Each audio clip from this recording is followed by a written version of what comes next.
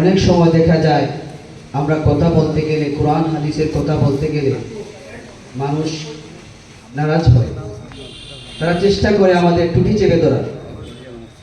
আমি আশা করি আপনি যদি আমাদের আসন থেকে নির্বাচিত হন, তাহলে আমাদের ব্যাপারে কি করবেন? আমরা কি স্বাধীনভাবে কোরআন হাদিসের কথা বলতে পারবো, নাকি সেই স্বৈরাচারের আমলের মতো আমাদের একই দশা হবে? কোরআন শরীফ নাজিলের সময় থেকে এই সংগ্রাম চলে আসছে, এটা নতুন কি? কোন দিন কোরআন শরীফের কথা বলার সাথে সংগ্রাম করা লাগে নাই? এটা তো ইতিহাস, শুরুই তো এইভাবে। তো এটা আপনারা এত হতাশ হবেন না। শত শত লোকের মধ্যে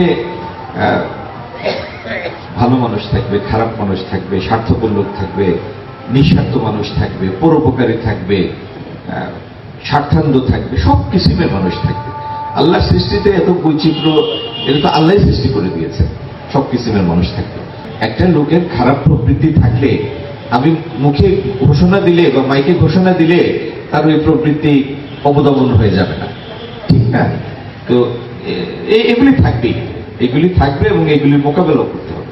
যারা ধর্মপ্রাণ মুসল্লি, মসজিদ কমিটি সদস্যবৃন্দ, মোতওয়াল্লি সাহেবরা, তাদের এই সমস্ত বিষয়ে সচেতন থাকার খুবই দরকার, যে যেন অহেতুক কোনো কারণে বা কোনো লোকের বিরক্তিকর ব্যবহারের কারণে ইমাম সাহেবরা ক্ষতিগ্রস্ত না হন, তাদের স্বাভাবিকতা যেন ক্ষুণ্ণ না হয়।